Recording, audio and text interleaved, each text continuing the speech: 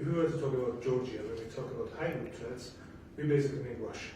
It's the number one supplier when it comes to hybrid threats to Georgia. Yeah. Is the same the case in Finland? Of course, all the actors who are on the field, it's important to follow how the different actors are using their competencies and so on. That is clear.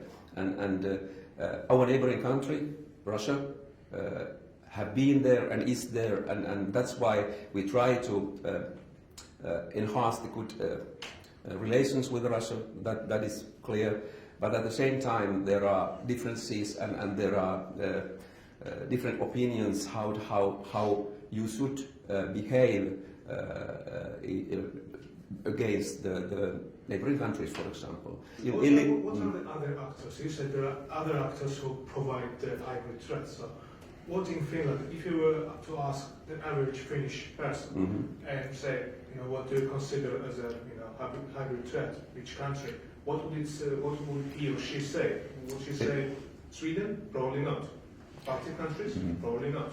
Naturally, we are following very carefully what is happening in Russia and how Russia is behaving. Illegal annexation of Crimea is not a good thing, of course. And same goes with what is happening now in eastern part of Ukraine. And before that, we know what happened in Georgia 2008. And there are two occupied areas, Abkhazia and southern Ossetia. You mentioned the Georgian occupied territories, and if you go even way back in the past, Finland also lost land to what's now Russia.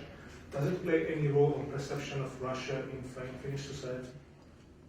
What our grandfathers and grandmothers did during the war, during the Winter War and Continuation War from 1939, 1944, of course it was very bravely done, so that we were totally alone during the Winter War, and then after the war we lost 10% of our area, and we have to move all the people, Finnish people who lived in that area. About 500,000. 400,000, and they were relocated all over Finland, and of course that was very sad thing. So that what we were facing after that.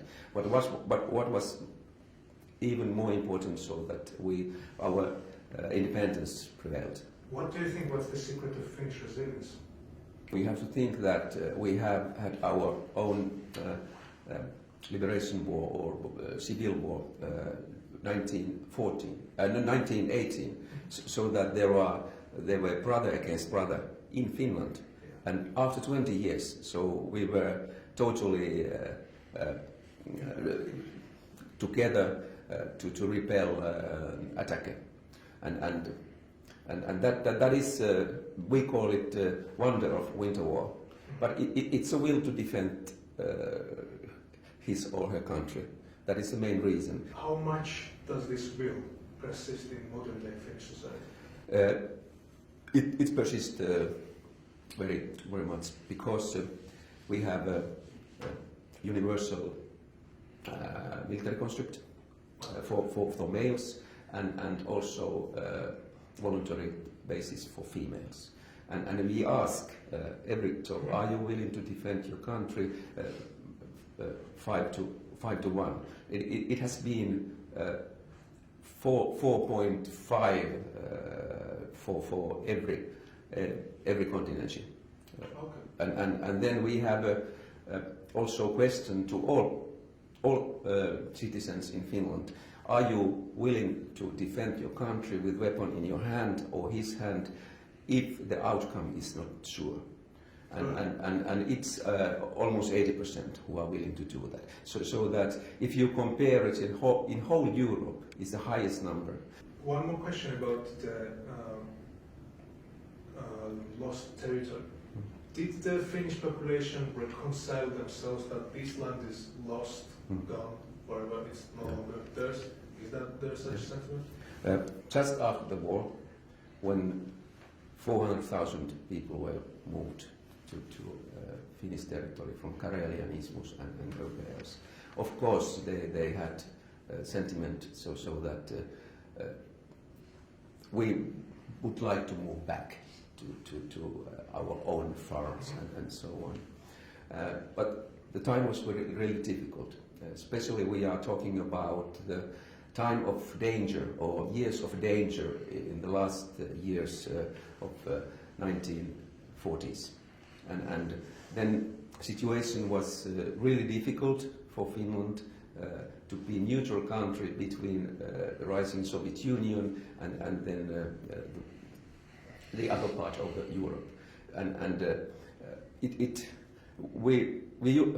We try to be realistic and pragmatic. It happened, as we know, decades ago, and it's a second or third generation ongoing, and that's why, in that sense, we try to be pragmatic as well, so that, especially when we look at the Russian nowadays leadership, the tendency to really talk about getting back, for example, this Karelianismus, it's not an issue anymore. But leaderships change, don't they? You mean which leadership? Well, the Russian one. Sure, of course. But we really are, in that sense, rather realistic. So that, especially in this world situation,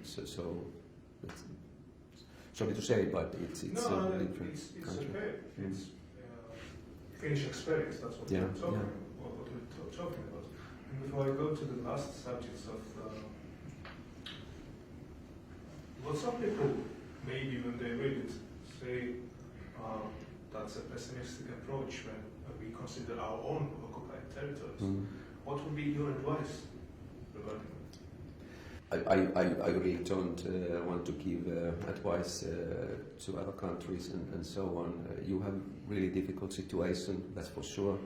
And the good thing is, of course, who have really, which countries have really said that those are independent countries are rather few, and so on. So that international society is with you in that sense. So what to do to get them back? So I won't recommend your national leadership what to do. Yeah. Finland is not part of NATO. It's a militarily non-allied country. And in Georgia, we often hear such notions that neutrality, non-alignment is the way to go. And what's interesting, we often hear that from openly pro-Russian groups and forces. What I would like to ask, if you could explain what it takes to allow yourself the luxury of being non-aligned or even neutral in the modern world. One of the key questions is that we have to keep our conscription, so that almost 80% of the male population goes military service. And then if you are there, so they are family behind those youngsters and so on and so on, so that everybody are involved some way or other to defend the country. That is the key thing. And that's why, because we have conscription, although we are only 5 million people, so we have rather large reserve. It's more than Germany has soldiers, 280,000 troops. And those who has got military training, it's 900,000. What about technical capacity? We are in the middle of replacing our Hornet fleets. It's F-18, what we have now, more than 60 planes, and it has also the capability, long-range capability, air-to-ground chasse missiles. And same goes with Army and Navy. And we are not replacing our Hornet fleets. Decision is going to be made 2021, and we have a few candidates. It's F-35, F-18, Rafale, Eurofighter, and Jas Gripen. So they are still in this competition, and we are testing those planes in Finland now in January, February time, in very harsh conditions up in the Lapland. So that is our main things. And then naval side, we have just decided to per case 4 corvettes for Baltic Sea.